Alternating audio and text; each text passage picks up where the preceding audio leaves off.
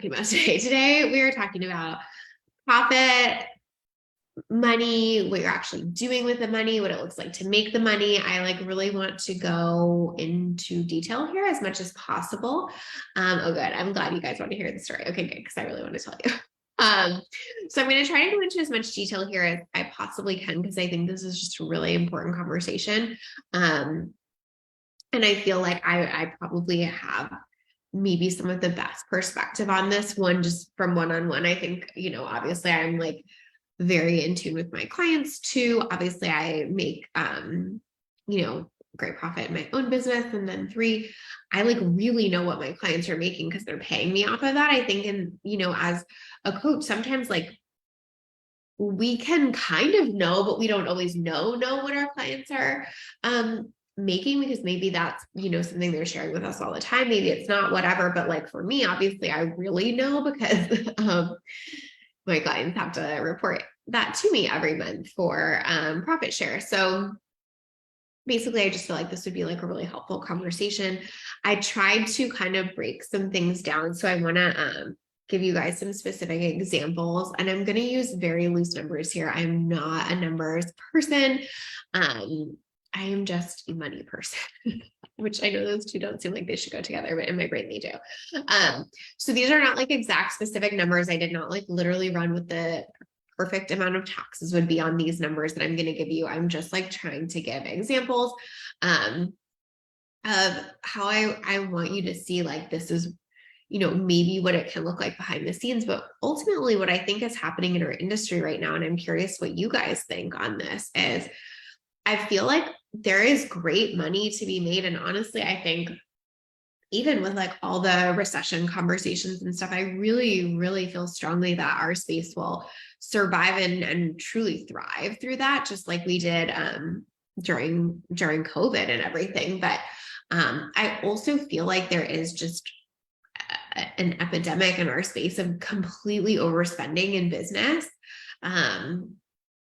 Because we just think there's always a problem to fix. And we feel like if we're not, making hundreds of millions of dollars, I'm kidding, but not, right, that there's something wrong with us, or that something's broken. Hi, Sarah. I love you. That something's wrong with us or something's broken. And so like we're spending constantly to fix it. In fact, I think sometimes like our industry like creates these problems and then sells us solutions to problems we don't even have. So that's something, I just want to like mention in terms of like looking at this, like nothing's wrong with how anyone is spending necessarily, but I do think the vast majority of our industry is like overinvested and over spending because they think another result or another level of revenue is the thing.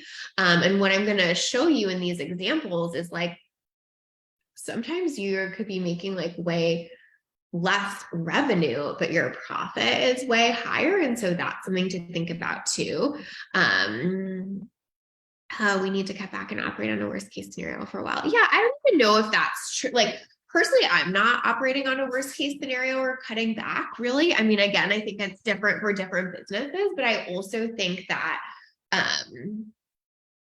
you have to feel like you can, right? Like, I think that that's a really important point where like, some people I think feel like they have to be spending and investing at that level because there's such a mindset thing of like, invest. And like, I really believe in that, but I also believe that like, there has to be a balance there. Michelle said the overspending epidemic is so real. I definitely felt that I could only be successful at the beginning of my business if I spend a ton of money on different things. Exactly. 100%. Yeah. Patty said, yes, I've seen that on the back end, right? Because she's done the accounting, like this is what happens, right? So it's just helpful to think about that, like, yes, invest, yes, get support, yes, get coaching, but know that these things are going to impact profit. And then also what I want to talk about today is it also matters what you're doing with that that money that you're making, because I think that the other problem I see in our industry is that we put all of our eggs in the business basket, which like in large part it is, right? But where you can feel more steady in your business is in knowing what the money that you make from the business is going to do for you, because that's when it feels like, okay, you have multiple irons in the fire and things working for you. versus like, I make money in my business, I reinvest it all back into the business so I can make more money. And it becomes this like trap that you can't get out of. And it feels like sometimes we're just making money so that we can say a number online versus like, so it can like really be the right thing for our business and impact our lives in the right way. So just really wanting to share that too. There has to be a focus on holding and then investing things that will make it grow and having a long-term view. Totally agree with that. Okay, so I just want to walk you through like a few scenarios that I just randomly came up with. These are not like exact science numbers. Like I was saying, these aren't exact clients. Like it's just, let's have some context to work with here. So let's start with somebody that's making $200K a year, right? So that's about $17K a month. So if that person is paying their team $2,000 a month, paying a coach $2,000 a month, by the way, you guys know I really believe in profit share and revenue percentage. So I based all of the coaching investments that I'm going to talk you through in most of these on 10% going to coaching, because obviously that's something I really resonate with. But like, please know that people also probably spend way more than 10% on that too. So like this is just an estimate that I did for this. So anyway, they're paying team 2,000, they're paying coach 2,000, they have say $1,000 in additional expenses. Then if I take off like 33% in taxes, that person making 200K a year is able to take home about $7,800 a month. And again, maybe you're keeping some in the business, maybe you're whatever, but I basically just wanted to say like an exact number of like, what's yours after all of this? So it's 7,800, right? Okay, cool. So that's outside of like, are we calculating it as salary, blah, blah, blah. I'm just trying to use round numbers. So making 200K a year, you're taking home about 7,800 a month, potentially. So that could be a great number, right? Like that's almost 10K months, right? Obviously, give or take some money there, but like, making 200K a year and taking home 7,800 a month is like really reasonable. And you're still doing that with 2,000 towards team, 2,000 towards coaching, 1,000 to other expenses. Like that could be really good. But I think sometimes when people hear 200K a year, they think it translates to so much more than that. So just like context and an example there. Another one that I want to give is like, say I make 750K per year. That's about 62,500 a month, right? So if I pay, we're assuming you're doing a lot more at this point, have a lot more clients. So say you're paying team about 13,000 a month, say you're paying your coach 7, because I did it off of about 10%. And say then you have 5,000 in other expenses. Like maybe that's support coaches, that's more technology, that's investments like a website or more design or different things like that, right? And say you're taking home about 25K per month, right? Cool. Also still good, right? And you're still making big investments. I mean, $13,000 into teams, 7,000 into coaching, 5,000 to other expenses. But also think about it like that's that number in your head of like, oh, I make 62,000 a month, like really is much smaller in terms of what you take home. So we have to remember these things because that is ultimately really going to impact like what we're budgeting for. And I think a lot of people take that top line number and think that it should be like what they're actually taking home, or they hear other people saying those top line numbers and they think that that's what they're taking home. And that's not how it looks, right? So just important to remember that and to remember there's always more to the story, kind of, right? So here are the examples that I really want to give them. So say I take that 200K a year, right? And I only invest, the 2,000 in team, the $1,000 in the other expenses. But say I get that $7,000 a month coach. Say I'm like all in. I'm like doing like the big programs, the big mastermind, and maybe in multiple programs, right? And then I maybe invest 2,000 into ads too. Well, then at the end of the day, I'm taking home about $3,000 per month, right? So I'm making multiple six figures, and maybe I look like I'm doing really well because I'm like, there are ads out there for me. I'm in the big programs. Like it looks really good, but I'm taking home like $3,000 a month, which $3,000 a month is nothing to sneeze at. Like I'm not trying to make that wrong, but comparatively to when I gave you that example of that person taking home $7,800 a month, that's what, almost a $4,000 a month difference. Like that can make a really fucking big difference in terms of your life, right? Michelle said this conversation was something that was really shocking to me when I started crunching numbers around business. Totally. Lisa said, I love to reinvest in my tool belt and have a budget for that. Yeah, totally. I think that's so helpful to know, like, what can that look like? But then, yeah, Sid with love, right? Yeah, Michelle said 3K was my take home in my 9 to 5, right? So again, there's nothing wrong with that, but like when you really look at that, you're like, oh, that's not what I'm trying to get out of a 200K a year business. But again, that could be the business that looks really good. Do you know what I'm saying? Where it looks like making 200K a year, I'm spending on this. Look at my team, look at my coaches, look at my ads, but at the end of the day, it's like not quite what you would think it would be, right? Hi, she. Yes, Jordan, I think you would love this. This is totally your jam. It is wild to think about 3K being the take home for a 60K salary versus a 200K biz, right?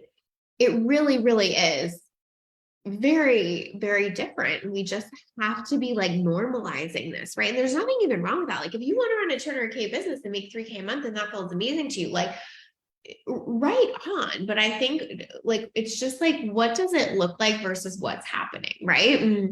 Yeah, and for you would just want a larger profit margin, Michelle, which is totally fair. So all right, now let's say I am making 100K month, so that's like 1.2 million a year, right? I'm paying a coach around 10K. I'm paying teams say 25,000 a month. I have other expenses, again, like all those other things that we talked about that are maybe totaling around 10,000. Plus I'm also investing at ads. Maybe I'm investing at ads at like 20K a month. So I'm only taking home about $20,000 per month. So I'm taking, wait, no. Yeah. I think it might be 23, whatever, 20 or $23,000 a month, which is less than when I was making that example for 750K. So I could be making 1.2 million, but if I'm doing all those other things, then I'm actually profiting less than when I was making 750K, right? My husband would be like, where did all this money go, right? Hey, Shantae, thank you for being here. But does that make sense? So like these things actually really, really matter because he's already saying that. I hear that. But like, 750K and 1.2 million, like those feel very far away from each other to a certain extent.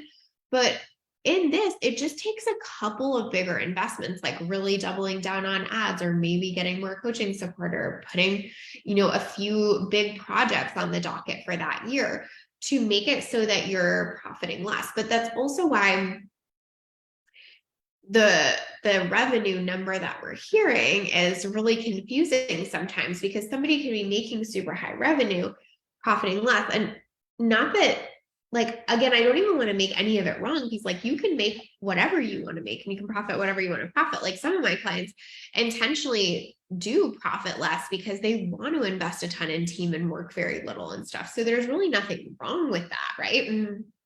But it gets wrong, I think, when it seems like things look really good on the front end, but we don't know the full story on the back end. I do feel like there's been like a push in our space to say like, share all of the numbers. And I'm not really a big fan of that either. I don't think anyone owes anybody that. But I do think we owe it to ourselves to be resourced with this knowledge so that when someone's saying like, here's what I'm making and here's what that looks like, you can at least be like, oh, I'm sure there's more to that story. Or like, oh, I could see how that would be true, but I wouldn't be willing to make that investment because I want to profit more than that or whatever. Right. So just like context here. So those are just some examples I wanted to give. But like, do you see how like all of these businesses could be saying, oh, I'm making 1.2 million, I'm making 750K, I'm making 200K. And the actual experience behind the scenes of them and in terms of like what that business does for their life and finances is drastically different, right? So an example for me is when A Lit Up Life was making, like in the 500 to 750 K range, I was almost like, well, fuck it. I basically already made $1 million because we profit a ton because of our business model. And so I'm profiting just as much as like if I was making, $1 million in a different business model. And so that was like really fun and helpful mindset for me. And quite honestly, I'm sure part of that mindset is what helped us get to the million. Because in my head, I was like, we're basically already there based on profit. Do you know what I mean? My revenue wasn't there, but in terms of what I knew I was taking home, I was like, oh yeah, I got this, right? So that can be something fun for y'all to play with too, is like, can you make it about that sometimes more than the other things? And can you let that be the thing that makes you feel like, oh, I'm like already at my next level, basically, because I'm taking home what someone else is probably taking home, maybe making double this or something. You know what I mean? That can be really, really useful mindset wise. Sorry, my throat is killing me. My allergies are so bad still, y'all. So anyway, just examples, but feel like that's really, really, really important. And again, none of it has to be wrong, but we just have to be real about what's actually going on. So, which is also what leads me to the conversation that I want to have about like why this is what you do with your money from the business also matters, right? Because let's use some of these examples. Okay, great. Like you're making 200K, you're taking home 7,800.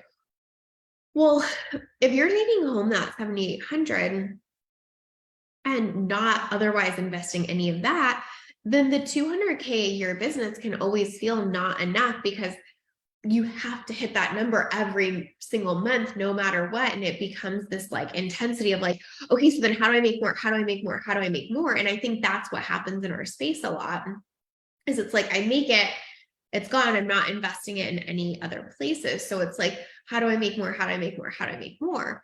But if I'm taking that and I'm taking whatever, $2,000 a month, I should have done these numbers. Fuck, I want to do them really fast. I can't help it. I have to do this. Let's not even say 2,000. Let's say I'm doing $1,000 a month. I'm going to say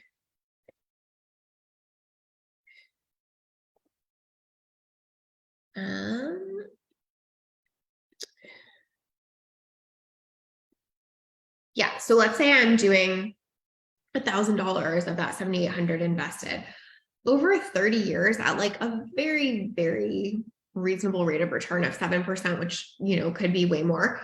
You're making $1.1 million off of that, right? And so like, that is the stuff that changes your life. Do you know what I mean? It's having a business that gave you enough cushion to put money into investments every month so that, like you are literally guaranteed to have $1.2 million at the end of this if you do nothing else. Like that's what takes the pressure off the business, honestly, right?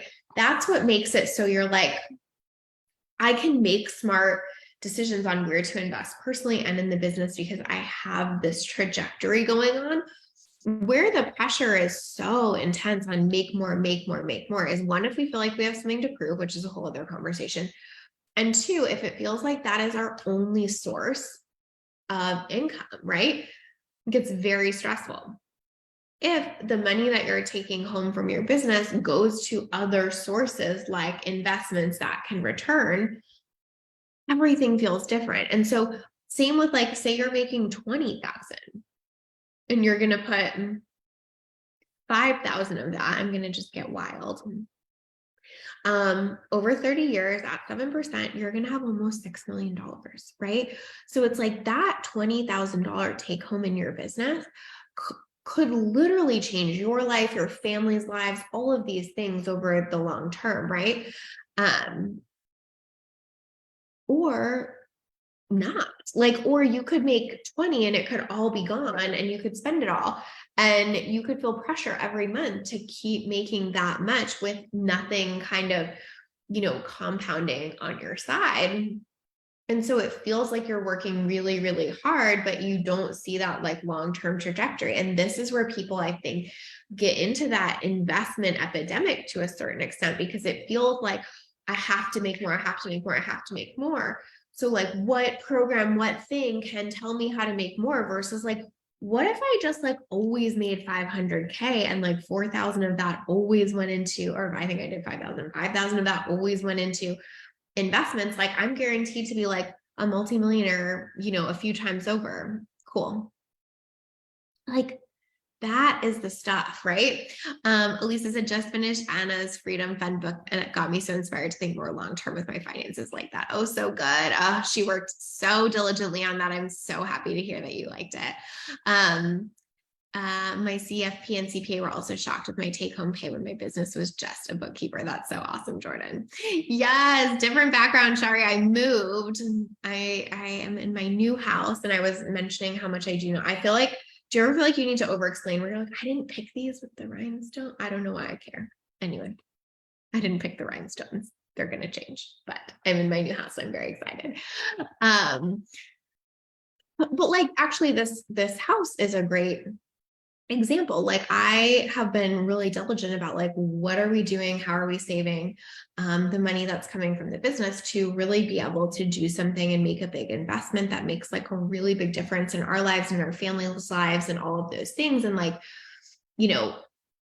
was in the position to do that. But I think that where it's easy to not be in a position to do that is when you're making a certain amount, but you feel like you have to spend it in a way that shows that you're making that amount, or invest it in a way that shows that you're making that amount. And so that's what I think needs to change in our space. Like make whatever, profit whatever you want, but most of the time, these like outward shows of like, look at the programs, look at the ads, I'm doing, look at the things I'm buying or the trips I'm taking or what, like those do not tell the whole story. So by all means, like enjoy following that and sharing it and whatever, but like we just cannot make that the full story.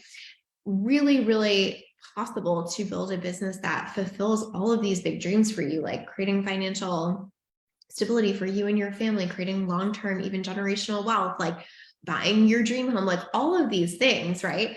But it really does take tuning out the kind of online noise of like what it should look like, what you should be doing with it. I really like this reminder of what happens if you invest money from the business each month. Yeah, even if it's like a little bit, like it really makes such a difference. So just, Jess, you would love this conversation because you are totally doing the thing with this. So happy you're here. Laura says, love this conversation, the perspective shift that you can essentially make millions no matter what your income is now. Such a great reminder. Perfectly said, Laura. That's exactly it. And this is the thing. I've said this before, but I feel like it's important to say, like, I was a millionaire from money I made in my business before I made $1 million in business. Does that make sense? Like the money that my business generated allowed me to become a millionaire without ever having $1 million year, right? I also know people that have more than $1 million years that don't have assets to show for that, right? And so you really have to pay attention to what is, again, not just what I'm like making in the business, but does that feel good to me? And then do I feel good about what I'm doing with it? Please ignore if you already answered and these are in the replay, but my cue is how much of this learning with money and what to do with overflow has learned through business versus things you've learned from life, family before business? How much of this learning? I can answer that, Shari. I think I'm going to answer what you're asking, but tell me if I'm misreading that for whatever reason. You guys know sometimes I'm like, I can't connect to, like, my brain has to read it twice.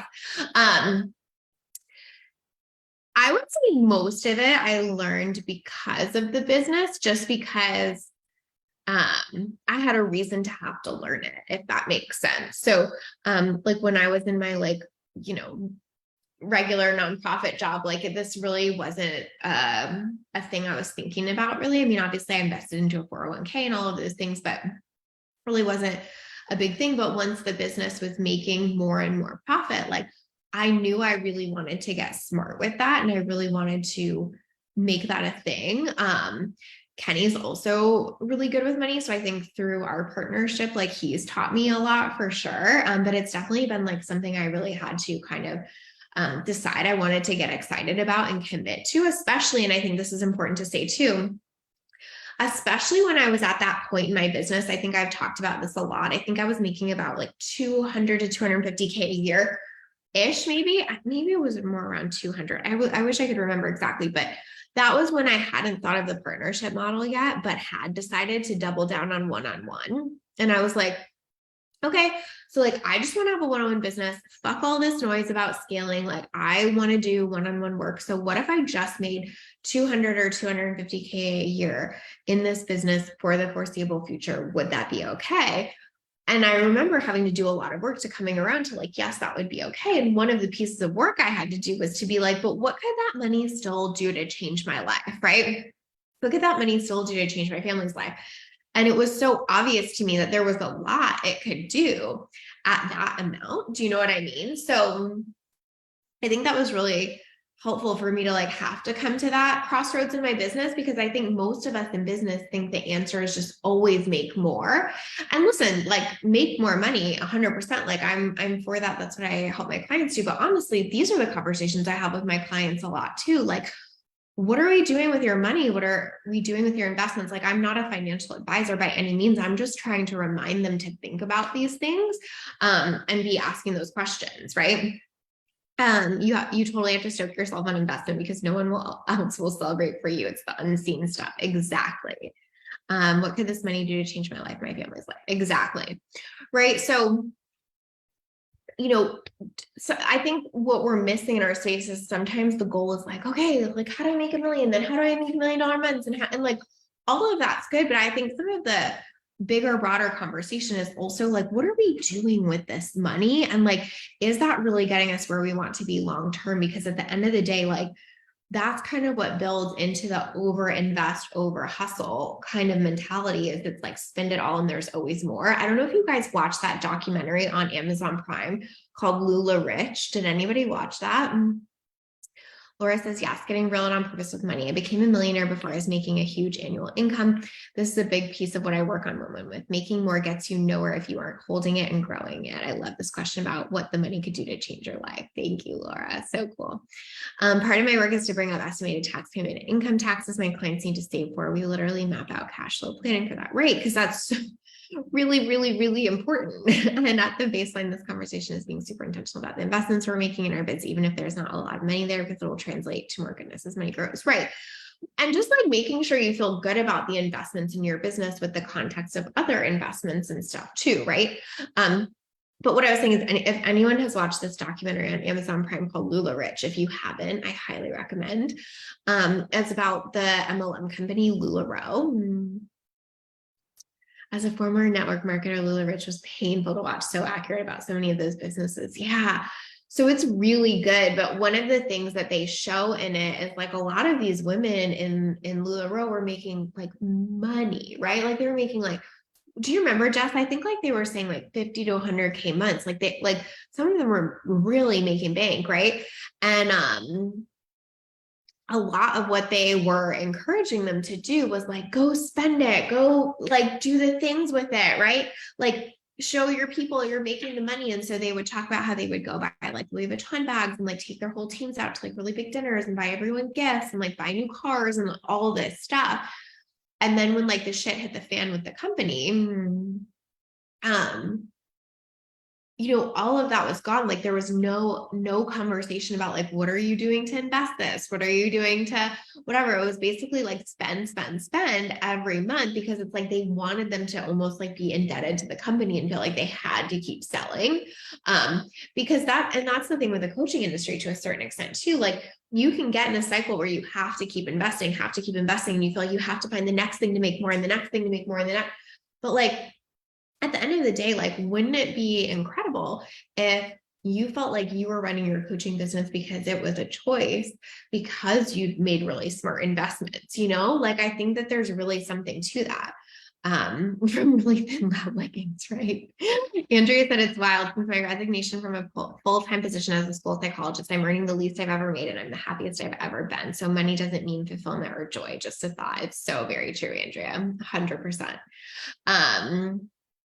I had the joy of being at a work conference at the same time as a LuLaRoe convention, once in a lifetime experience. So funny. I so wish more people shared their take home. I know it can feel off limits due to culture here, but I find it so helpful to expand your financial possibilities. Right.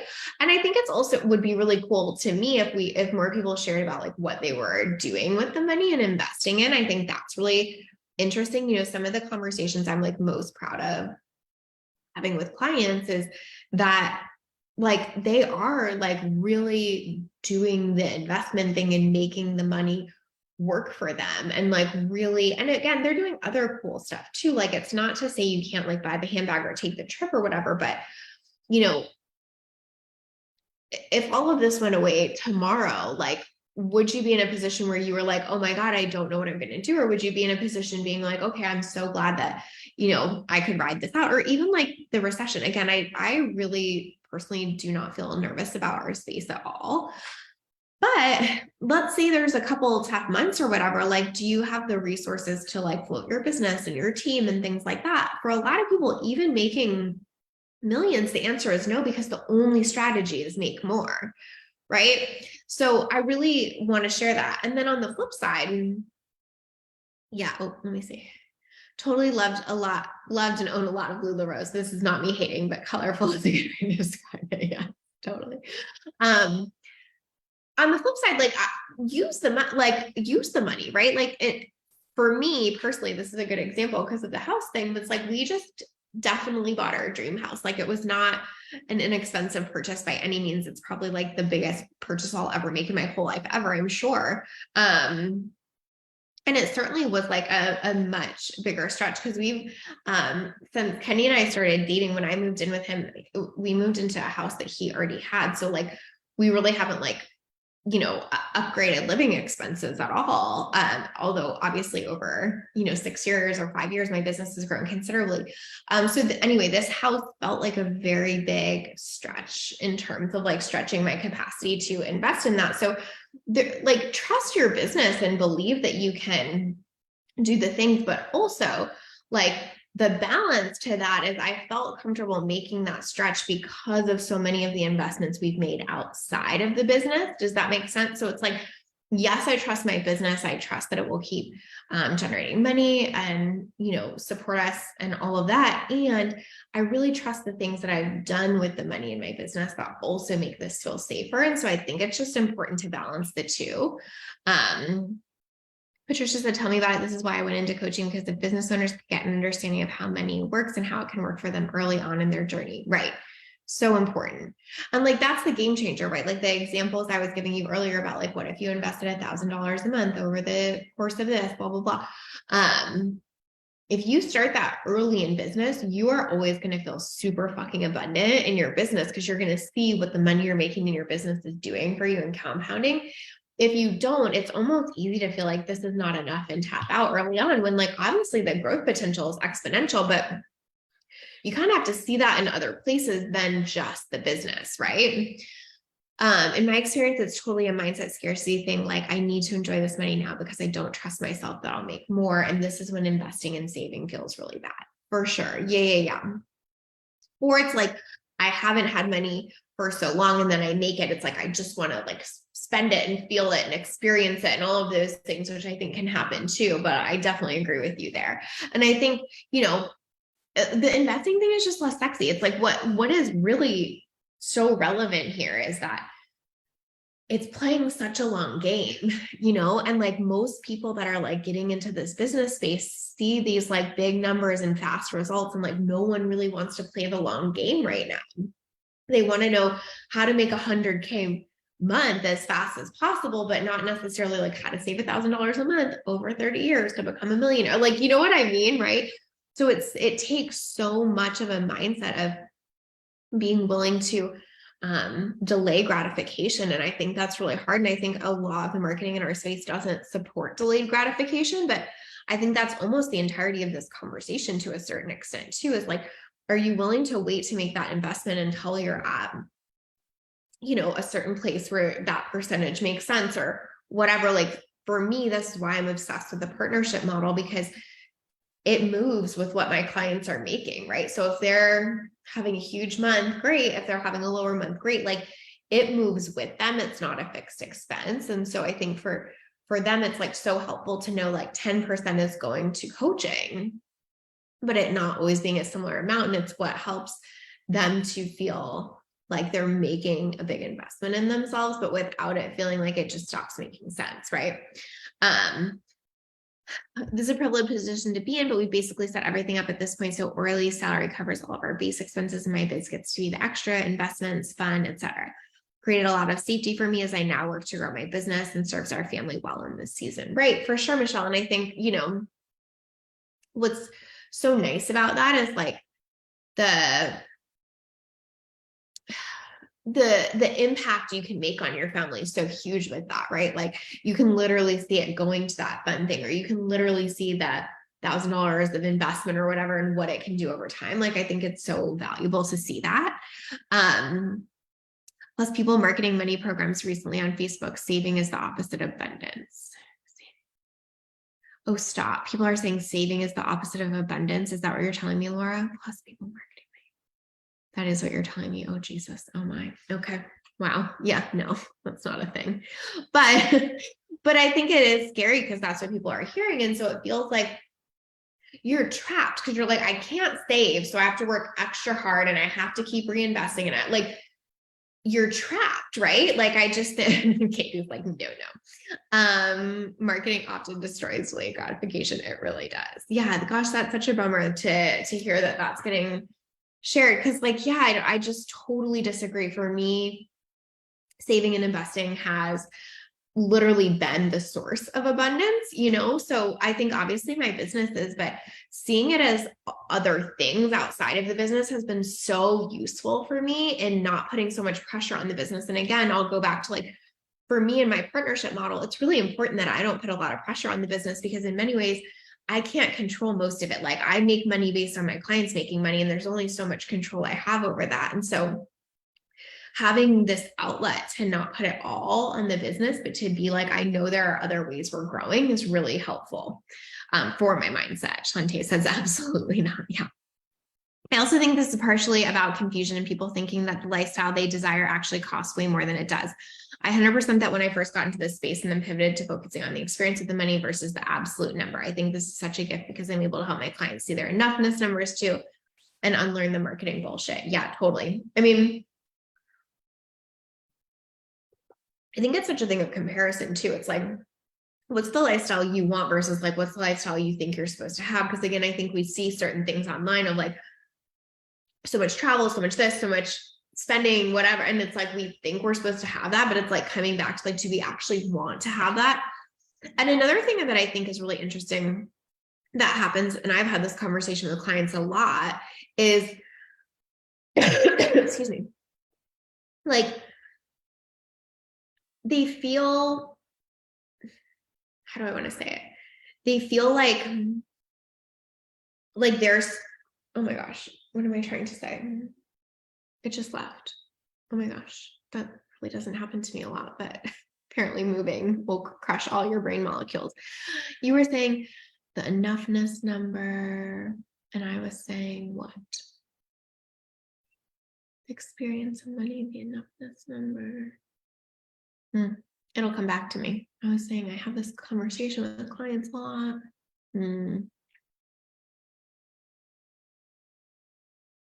Yeah. Fuck, I don't know. It's gone. Yeah, saving creates abundance. I totally agree with that. Yeah, I feel like it's really confusing in our space because this conversation just doesn't happen that much. And so I was saying stuff about seeing travel and stuff on social. Yeah, I was saying that. And then I was like, is that even what you really want? Oh, I know. Thank you, Katie. That's exactly what I needed. So what conversation I've had with clients a lot is like, they almost feel like they should be making so much that they never have to have a trade-off or whatever. Like they'll say like, it's like, should I do this or that? And it's like, okay, which one do you want to do? And they're like, well, I feel like I should be making enough money that I don't have to decide between this and that. And they feel frustrated at themselves and they feel like more money is always the solution. And what I'm always reminding them is like, everyone is deciding between this, or like, no matter how much money you're making, there are still priority decisions and there are still trade-offs. Like, sure, at a different point, you might be deciding between like that vacation home or that private jet, and those feel like really exciting trade-offs to think about, I'm sure. But like, everyone is making trade-offs and making decisions and having to choose. And that idea that you should never have to have a trade-off, or that you're never choosing this or that, is like so not real, right? Oh, you do this on your lives every week. So good. Need to listen again to wrap my mind around everything. Yes, totally. Yeah, the message of never having to choose. Exactly, Laura. And like, I have this conversation with them so often, because I'm like, this is not like this standard you're holding yourself to, that you should make so much money that you would never have to make a choice between one thing or another, is literally not real. Like, we're just picking priorities. Do you know? Like, again, like, I'll use this house. Like, again, we bought a beautiful, expansive home for us, but at the end of the day, like, that still is going to be a choice between, then I'm maybe not going to, like, I don't know, buy a vacation home this year, or like, I maybe wouldn't also get a new car this year or something like that. Not because the money's not even necessarily there, but because it just makes sense to be conscientious of like how we're spending and making those decisions. So if I bought this house and then I was mad at myself because I wouldn't also buy 2 new cars, and say that means I'm not in abundance mindset, that makes no sense, right? The reality is, we're always going to have those trade-offs no matter how much money we're making. And that's okay, right? Like, that should feel empowering, that we get to be at choice with money. It doesn't have to be empowering to have, like, it's not disempowering to have to make a choice. Does that make sense? And so I feel like, that's such an important shift we have to have around this too. Like, yeah, at the end of the day, you might be deciding, like, do I want to invest this $1,000 a month, or do I want to buy this program for $1,000 a month? Like, that might be a decision, and don't make that decision wrong. Just decide what's best for you without feeling like that means you've done something wrong. Yes, we always have to, no matter the price point. Exactly, Michelle. When you get used to saving and investing, that feels abundant. That feels abundant. The want for stuff goes down. I agree with that very much, Katie. Like, I think when you realize like what it does for you, it's just, like, the other stuff held up to it seems like so much less of a big deal, right? I also feel like there's this whole other conversation within that around how this kind of marketing affects our planet and the future of our children. Yeah, totally, right? Because it feels like we're again, I think I would take it back to the same thing. We're just not thinking long term at all. It's like, I want it all, I want it now, I have to have it now, and like, I'm supposed to like invest, which I'm going to be an asshole now and say it, but it's like, and I'm supposed to invest in every secret code I can find to get me there. Like, no, there's not a secret code for not having to make trade-offs. We're humans living in 3D reality, and that's how that shit goes. You know what I mean? But you have to realize what choices you have on the table. And I think that's the important thing about this live, is like, you don't have to spend $1 million on coaching. You don't have to spend $1 million on ads. You don't have, like, all of those are good, and you get to choose, right? Like, so there might be a season in your business where you choose to spend it on ads and go all in on that investment, and it really serves you. I have a couple clients that are in that season right now, and it's been a really smart decision. Or you might have a season where you decide you're just taking home that money and you're going to fucking invest it, and like, that's going to serve you really well too, and there's nothing wrong with that. And so just remembering all the choices you have on the table, and that the only choice isn't just invest is super important. Shantae said there's no secret code to not having to make trade-offs. Yeah, right? Like, it kills me. I can't, that this is not real, right? I'm decided on long-term goals now, but the work is to stop making myself wrong when I see everyone else with their short-term flashy stuff. Yeah, exactly. But I mean, Jess, I think 100% like normalizing that is so real and so important, but also I think just like seeing it as a choice. Like, for me, that's always been the important thing in my business, is being like, I could have that, but I'm choosing to have this, right? And like that, just again, like this house or whatever, it's like, sure, I could have other things, but I'm choosing to have this. And so every day reminding myself like this was my choice or whatever feels super, super important. Again, it's not perfect, but I think just like feeling like you're at choice versus feeling like you're doing something wrong is kind of the ticket there. But yeah, that's what comes up for me. Rich now versus wealthy later. Whoever said that was a genius. I haven't actually heard that, Jordan, which I'm surprised I haven't because that feels so obvious, but that is so good. And I really like that. But yeah, I think that's exactly it. Like, we can make it look a certain way online. Like, you can make it look good that your business is making a lot, but like what's really going to change the game is like what wealth is going on behind that. Right. So such an important conversation. I have so many tangents I could go off on here. I mean, I have so many thoughts on like, this is why we do 10% for the partnership model. I have so many thoughts on like, this is like why we're not really talking about and teaching investing in our space because, it doesn't necessarily breed more investment in other programs. Like there's just so many thoughts here, but at the end of the day, like what I want it to boil down to is this: revenue does not in any way, shape, or form, honestly, give you an indication of what someone is profiting. Do you have to know what someone is profiting to hire them as a business coach? Absolutely not. Like, no, like that is not a requirement. That is not important. You don't have to ask someone. They don't have to tell you. But I think what you have to do is make sure you feel good about what you're profiting, right? You feel good about what you're making. Eyes on your own paper to a certain extent. Make sure there's alignment there, right? Sophia said, love how you're talking so openly because I felt so many times that I had to do all the things and have one coach after another. Yes, totally not normal or not necessary. Can you provide some examples for yourself and others of trade-offs that are made at even high amounts of income versus profit? I think there's a residual feeling in my body that at a certain financial amount, you don't have real trade-offs anymore. Yes, totally. So like, this is just like a silly example that I can think of because I just literally talked to a client about it recently, but, if there is one misconception that F me, it's that one. Jess, tell me which one you mean. Please. Sorry. I just don't know which one you meant. Manifestation babe, people quote her for this. Oh, shoot. I'm like losing track. Can you tell me what you meant there? Sorry too, but I'll answer your question on like higher trade-offs. So,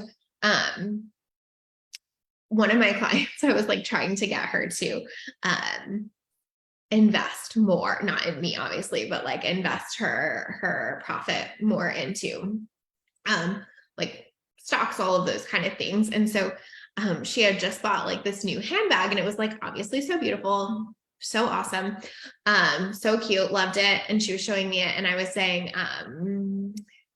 like, okay, like how much did that cost? Amazing. Let me put that amount of money into like an investment calculator and like, let's look at how much you would make from that over the course of however long. And it was like a really big number. I can't remember what it was, but she was like mind blown of like, oh, this is a trade-off. I can totally choose the purse anytime I want to, but I'm also choosing to not invest that money at any given time. And like that obviously means a certain thing compounded over time. So obviously I think there needs to be a balance there, but that was just like one example of the trade-off of like, yes, I could buy all of these things, whatever they are. And like, of course, sometimes I'm going to want to, but the impulse to buy them every time I want to is something that I would like make a trade-off on kind of thing. Right. Your high revenue does not mean anything about your profit. Oh, that's what fucked you. Yes, I totally hear you. Oh, I get it. I can't see your replies. You're right, Shari. Thank you. The rich now, wealthy later. Yes, I think that is a great quote. I love that. So if that is manifestation being good for her, because that is so smart. Michelle said, oh, that's kind of a fun game to play. Like, can I match this as an investment when I buy something for myself? Yeah. Like, so again, it's not even a trade-off and like you're saying no to this huge thing. But another example I can give with a client, recently who's making like multiple six figures. She was really like deciding between a website rebrand or ads. And like technically, could she afford both? Probably, but like not in a way that would be really comfortable. And so just, deciding from those two. And again, none of this has to like feel super bad, but it's just like, it's not all at once. And I think that's the problem with business sometimes is it feels like, oh, it should be the website rebrand and the ads, and it should be all at once. And if I can't, something's wrong. Or like it should be the purse and the investments and all at once. And if not, something's wrong. And it's like, that's not really it. Or like, again, my example for me, like, and again, this is obviously very privileged and silly, but it's just a real conversation and things that I think about. Like Kenny, was planning on getting a new car this year, and we were on a wait list for it because you have to like, I don't know, fucking put down a deposit, be on a wait list, whatever. And then we found this house, and like that was just a conversation we had of like, cool, are you willing to like not get this car this year if we do this house, even though we've been on a wait list for it and stuff? And it's like, again, could we make that wrong to be like, well, we should be able to do the house and the car, and like, whatever, we'll see what happens when we come off the wait list. But like, probably the answer is going to be no, because it just wouldn't feel super comfortable to me to do that both in the same short window. But like, that's fun. Like the work is just to not make yourself wrong. I don't know if any of those were helpful, but I think that they don't have to feel super intense and bad, but also like, it's just like, kind of thinking through like what makes sense and keeps you feeling really like safe and comfortable, Yeah, it's totally a fun way to look at it. I love it. Laura said, I have clients who believe they should never be able to have a vacation. Who believe they should be, sorry, now I got it. I have clients who believe they should be able to have the vacation and the purse and the house and never have to choose because they deserve it and having things feel as wealthy and abundant. Right. Which I think, is such a, like, I think it's so hard because it's so nuanced, right? It's like, of course we all deserve whatever we want. Like I always say, like, I don't really buy into the deserving thing. Like I think I get things because I decide it, not because I deserve it. But like, yeah, like it's not that you don't even like, it's not like I feel undeserving of a house and a new car. Like I don't feel undeserving of that. It's just, to me, it like has nothing to fucking do with that. Right. I think that's so important, is to be like, this has nothing to do with my like self-worth or my level of deservingness or, even my ability to manifest and create. And what, like, this is so separate from all of this. It's just basically like, here's this decision, what trade-off feels good to you. Like if you want to have the vacation and the purse and the house and you never ever have to choose, then a trade-off you might be making is to fucking work really, really, really hard, or to also not have savings, or to, like, there's still always one there, right? Yeah, they just had this, Michelle said, just had this conversation versus solar panels versus other things. Yes, the house and the car, exactly. Yes, Laura, I always think about that. I have what I want because I decided it, not because I deserve it, right? Yeah, and it's not a no, it's just not right now. Perfectly said. It did help. Thanks. I think I have a slightly hard time thinking through things like that. Feel like more of a baseline want need versus two luxuries. Does that make sense? Yeah. I think I have a slightly hard time thinking through things that feel like more baseline want. Yeah, totally. I get what you're saying, Shari. Like, will you have a point where like you never have to make baseline trade-offs? I mean, sure, to a certain extent, depending on what your baseline is. But I think that's what's so interesting for people too, is that even changes are, like Laura was saying, some people feel like their baseline should be like way up here and don't even see it as a luxury. So I feel like all of this is so nuanced in terms of how we're, thinking about it all. But yes, totally get what you're saying. So it's not like more money doesn't feel greater, doesn't do those things for you, right? But I think that it's just about every time you come up with a choice or a trade-off, like it not feeling like something has gone wrong there, or like you did something bad in your business or something, right? Because I do think that people do that. And then they're willing to go invest so much money. Like I had a client that came to me and was like almost in this exact situation, like where she was making really good money, but she was investing so much because she wanted to get to that higher number because she thought that would solve all the problems. But the irony was, it was like, what was creating the problem? Do you know what I mean? Like the reason she wasn't making what she wanted to be making, by that meaning like what she was taking home, was not because she wasn't making more, it's because she was throwing so much money at investments trying to get that there, right? Hi, Maggie. Maggie says, here is the decision, what trade-off feels good to you. Yes, Lacey, there's always an opportunity cost. Which price am I willing to pay? 100%. And again, that's just part of being humans. And I think like our work is to not make that wrong, but to just be so smart and intentional about the decisions we're making. Laura said, I see often when people want to just have things, they often aren't really things they even want, just some idea that they should have them 100%, which again, I think, our industry breeds to a certain extent, but that's why kind of turning some of this off and seeing your business as one channel for abundance, but not the only channel, can be so helpful and important. So I hope this is kind of just like an eye opener to that. Yeah, there's so much else here I'm sure I will talk about at another time, but just remember there is a lot of context and nuance here. There's more to every story than what you see. And like, ultimately, like, you have to decide what feels best for you and your profit. And there's like no, like higher power that's being like, you only get to have this thing if you invest this much in coaching and programs. Like, it doesn't work like that. Like, by all means, invest if you need that support, but it is not some magic ticket to more revenue overnight. It is like anything else. It's a choice and a trade-off, and you get to decide what feels good. So I hope that is helpful. Such a rich conversation. So funny, Michelle. I love it. I hope this was helpful. I appreciate you guys hanging with me for this. If there are more questions I can answer here, let me know. Again, I feel like there might be an encore at some point, and I will also make sure to tell y'all my house story soon.